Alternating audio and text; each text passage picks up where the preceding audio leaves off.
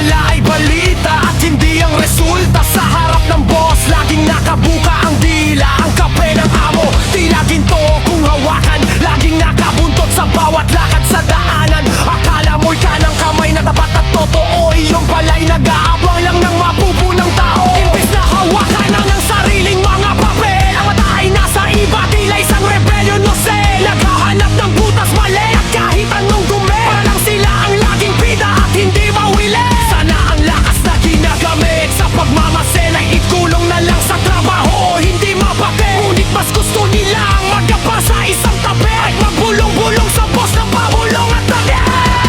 Ang tunay na trabahador sa gawa ay kilala, hindi pinigid ang hahatid ng bawat kurot-kurot bala. Ang mga sip-sip ay walang ibang alam na para, kundi ang manapak ng kapwa para lang malabasan. Tanggasan ay gumana lang at huwag lumungo sa bahay ng iba na tahimik na nagpupursige sa bawat hamon. Sipag sa trabaho ay hindi nakukuha sa salita, kundi sa pawis at pagod na sa huli ay makikita. Mga sip-sip na ang dila ay parang linta, sa pagpapabango sa amo kayo ang laging bida. Nunod na sa sariling laway, kulang na lang ay sumamba. Trabaho ng iba ang silip pero sariling gawa ay nganga. Pagtrabaho naman kayo, wag puro yes boss at tawa. Pagkakyat sa itaas, hindi sa dila na kukuha. Mabawa kayo sa sarili nyo, wala kayong basahan sa pagsipsip sa itaas para lang may mapatunayan.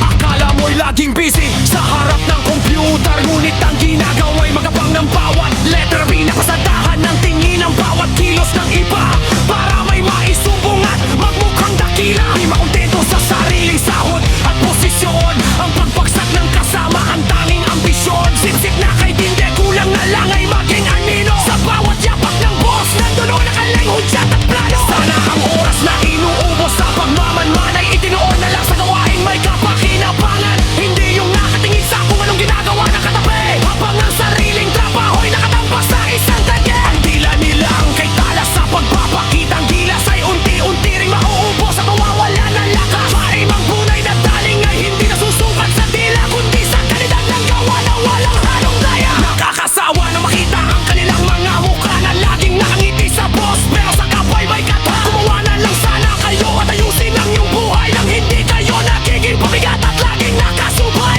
Ilaw babang na ang katotohanan ay lilitaw, ang mga sip-sip ay mawawalan din ng kanilang ilaw. Kaya hanggang maaga magbago na at magtrabaho, iwanan na pagiging sip-sip, magpakatotoo kayo sa mundo. Nang yung sip-sip na ang dila ay parang linta, sa pagpapabango sa amo kayo ang laging bida. Lunod na sa sariling laway, kulang na lang ay sumamba. Trabaho ng iba ang silip pero sariling mo ay nganga.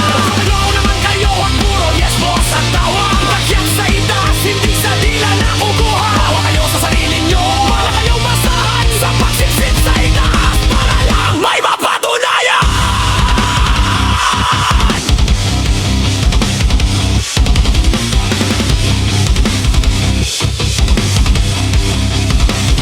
Kaya itigil na ang drama at ang pagiging anino, hindi kaya yaman sa pagiging tagasunod na aso. Ang tunay na respeto ay sa pawis at gawa kinukuha, hindi sa dila mong sa sip-sip lang naging bihasa. Gumawa ka na lang, huwag nang tumingin sa iba, dahil ang sip-sip sa huli laging tuna ng tawa. Tapos na ang oras ng iyong pagpapakitang tawa. Mahiya ka na ba ay magtrabaho ka ng totoo.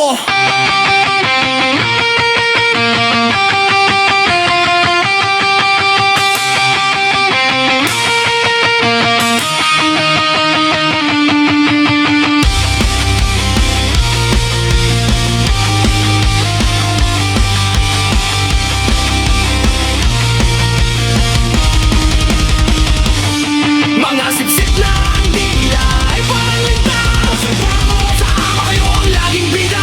Lunod na sa sariling laway, kulang na lang ay sumamba. Trabaho ng iba ang silip pero sariling gawa ay nganga. Trabaho naman kayo, wag puro yes boss at tawa. Kakyat sa itaas, hindi sa dila na kuha. Maawa kayo sa sarili nyo, wala kayong basahan sa pagsipsip sa itaas para lang may mapatunayan.